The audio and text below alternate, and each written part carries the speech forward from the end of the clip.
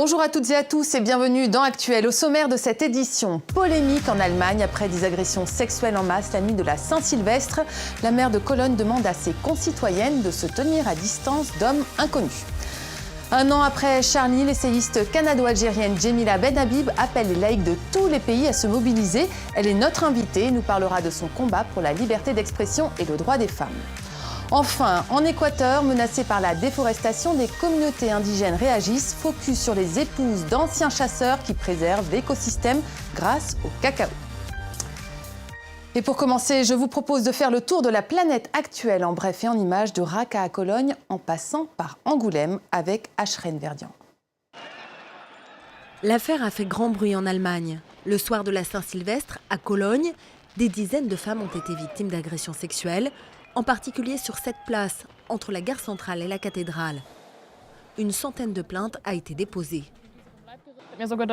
Je me suis dit, si on reste là, au milieu de cette foule, ils vont nous tuer, nous violer, et personne ne va rien remarquer. Les témoignages des victimes, comme de la police locale, pointent du doigt des groupes de jeunes hommes ivres et d'origine étrangère.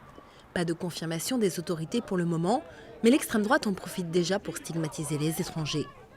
L'affaire tombe au plus mal pour Angela Merkel, en pleine controverse sur sa politique d'accueil des migrants.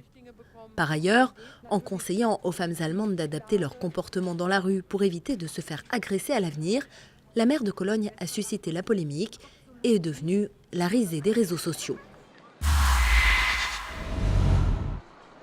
Sa mort a été confirmée ces derniers jours par plusieurs activistes syriens, mais elle remonterait sans doute à septembre dernier. Rukia Hassan, jeune reporter indépendante syrienne, âgée de 30 ans, aurait été exécutée par l'organisation de l'État islamique.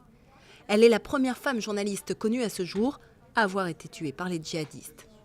Connue pour son franc-parler et son courage, elle décrivait sur les réseaux sociaux la vie quotidienne à Raqqa, le fief de l'organisation. Elle y dénonçait notamment les exactions et les ordres des djihadistes qui privent les habitants de leur liberté. Le célèbre festival de BD d'Angoulême a créé la polémique. Après qu'aucune femme n'a été retenue parmi les nominés au Grand Prix, un appel au boycott a été lancé sur les réseaux sociaux. Plusieurs hommes nominés, parmi lesquels Riyad Satouf et Johan Sfar, ont aussi demandé à ce qu'on retire leur nom de la liste par solidarité. Face au tollé, les organisateurs ont finalement décidé de ne publier aucune liste. Les votants sont de fait invités à voter pour qui bon leur semble. Une seule femme, Florence Sestac, a reçu le prix en 2000. Si nous ne sommes pas capables aujourd'hui de nous inscrire dans une démarche plus combative pour défendre la liberté d'expression et la laïcité, les démocraties occidentales reculeront de 50 ans.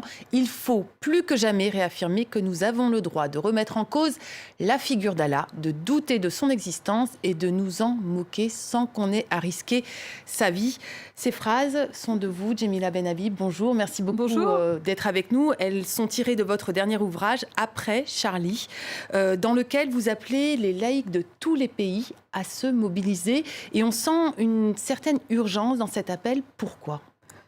Parce qu'on vit un moment crucial de l'histoire. On nous a déclaré la guerre et donc il va falloir qu'on soit à la hauteur de cette guerre et qu'on plaide en faveur de la démocratie, de l'égalité, de la laïcité. Ce sont là nos armes et il faut se battre avec nos armes dans le référentiel qui nous est cher, c'est-à-dire le référentiel démocratique et citoyen. Vous dites, en parlant des islamistes, qu'un journal libre, comme une femme libre, ça les scandalise. En quoi les droits des femmes, c'est un enjeu dans le combat laïque et dans le combat démocratique? Alors je dois dire que cette phrase, je l'ai reprise en fait de Kateb Yassine, grand intellectuel algérien. Et en réalité, si l'on regarde aujourd'hui la carte du monde et si l'on s'interroge sur l'état de la liberté d'expression, on verra bien que les pays qui défendent la liberté d'expression, ce sont de véritables démocraties où il fait en général bon vivre pour les femmes.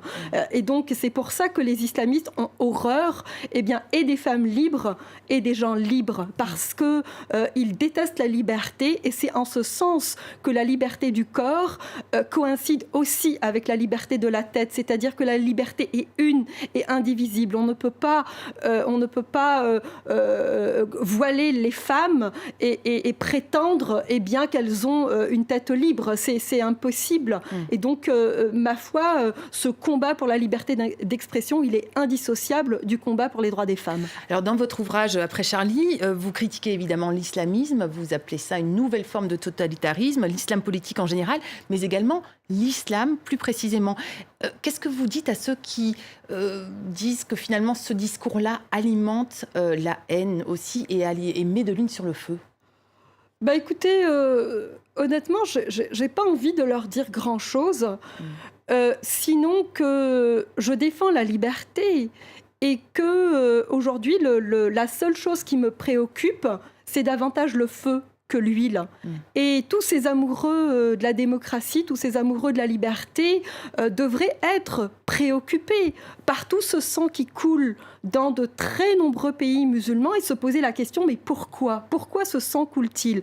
Eh bien, il coule parce que nous n'avons pas réglé encore un problème crucial qui touche l'ensemble du monde musulman, à savoir la séparation entre les pouvoirs politiques et les pouvoirs religieux. Donc, tant et aussi longtemps que cette question-là ne sera pas résolue, nous ne serons pas des démocraties. Et quand on n'est pas une démocratie, on est un État, on est au mieux un État totalitaire et au pire une théocratie comme les théocraties monarchistes, esclavagistes du Golfe, l'Arabie Saoudite et le Qatar. Et donc, aujourd'hui, il est question pour moi, pour nous, pour tous ces intellectuels, ces laïcs, ces démocrates qui vivent dans les pays musulmans, mais pas seulement, qui vivent un peu partout dans le monde, de se mobiliser ensemble, parce que je considère qu'on est les maillons d'une même chaîne, c'est-à-dire que l'on croit, nous, à une justice, à la liberté, à l'égalité. Ce sont des valeurs qui sont universelles et l'islam doit se moderniser, doit aujourd'hui réfléchir sur son devenir s'il veut réellement s'inscrire dans l'humanité et dans la marche de l'histoire. Alors l'islam doit se moderniser et d'ailleurs je précise que votre livre a été préfacé par Boualem Sansal qui est aussi dans cette lignée. Revenons peut-être à l'Arabie Saoudite. Vous avez dit il faut aussi faire attention aux relations qu'on a avec certains pays. La ministre suédoise des Affaires étrangères, elle dit avoir une politique, disons, humaniste ou féministe. Elle a d'ailleurs mis un terme aux ventes d'armes à l'Arabie Saoudite. Est-ce que vous pensez que c'est ça le modèle qu'il faut suivre ? Écoutez, c'est certainement un modèle. De toute façon, ce qu'il ne faut pas suivre, ce qu'il faut arrêter, c'est cette schizophrénie. Mais enfin, on ne peut plus aujourd'hui se regarder dans le miroir, continuer de vendre des armes à l'Arabie Saoudite, comme le fait le Canada, comme le fait la France, comme le font de nombreux pays, et par ailleurs se targuer d'être à l'avant-garde du combat contre le terrorisme, contre Daesh. Mais Daesh, c'est quoi ? Sinon, cette idéologie de l'islam politique. Et l'idéologie de l'islam politique, c'est elle qui donne naissance au terrorisme. C'est pas l'inverse, c'est pas le terrorisme qui donne naissance à l'idéologie, c'est parce qu'il y a d'abord une construction du monde, une conception du monde qui est totalitaire, qui fait pousser un bras qu'on appelle un bras armé. Alors aujourd'hui, il prend le visage de Daesh, mais pas seulement. Donc moi, je plaide en faveur d'une reconfiguration des relations internationales et d'une marginalisation de ces monarchies esclavagistes du Golfe. Il est temps de changer nos rapports avec elles et il est temps de changer de paradigme, c'est-à-dire qu'on ne peut plus fonctionner comme on fonctionnait en 1945. Nous sommes en 2016. Merci beaucoup, ce sera le mot de la fin. Merci beaucoup Djamila Benhabib d'avoir été avec nous et je rappelle le titre de votre ouvrage Après Charlie aux éditions H&O. Partons à présent en Équateur où un autre combat est mené contre la déforestation et la préservation d'un certain mode de vie en Amazonie. Dans certaines communautés indigènes, ce sont des femmes qui ont pris leur destin en main. Regardez. Cette communauté indigène vénère l'esprit de Mère Nature au cœur de l'Amazonie équatorienne.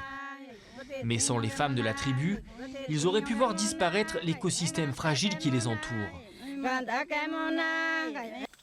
Depuis 2010, une association de femmes indigènes distribue des plantes de cacao aux épouses dont les maris abandonnent la chasse. L'association leur achète ensuite le produit brut au-dessus du cours du marché, pour le revendre à Quito, où il est transformé en chocolat équitable.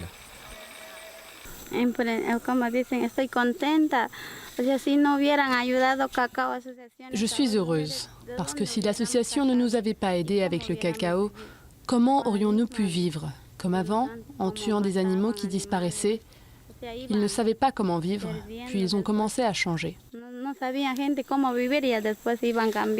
Aujourd'hui, ce sont 70 familles qui cultivent 25 hectares de champs de cacao sur la terre de leurs ancêtres. Peu enthousiastes au début de l'initiative, les hommes ont maintenant rejoint le projet, forcés de constater que plus ils chassaient, plus le gibier se raréfiait.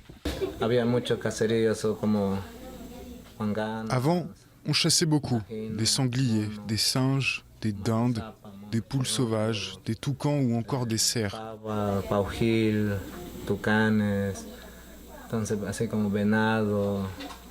Cette nouvelle activité a également permis une émancipation des femmes waourani, qui peuvent désormais soutenir économiquement leur famille.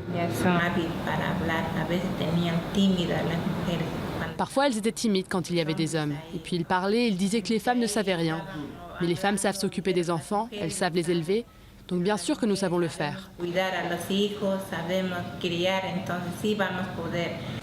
Cette communauté indigène est aussi fière de combattre la déforestation en plantant des cacaotiers au lieu de déboiser la forêt pour d'autres cultures. Voilà, c'est la fin de cette émission. Vous pouvez continuer à nous suivre sur les réseaux sociaux. Merci à toutes et à tous d'avoir été avec nous. Et en guise de revoir, je vous propose d'écouter Aretha Franklin, la reine de la soul, qui à 73 ans a bouleversé son auditoire, dont le président américain Obama, en chantant « You make me feel like a natural woman ».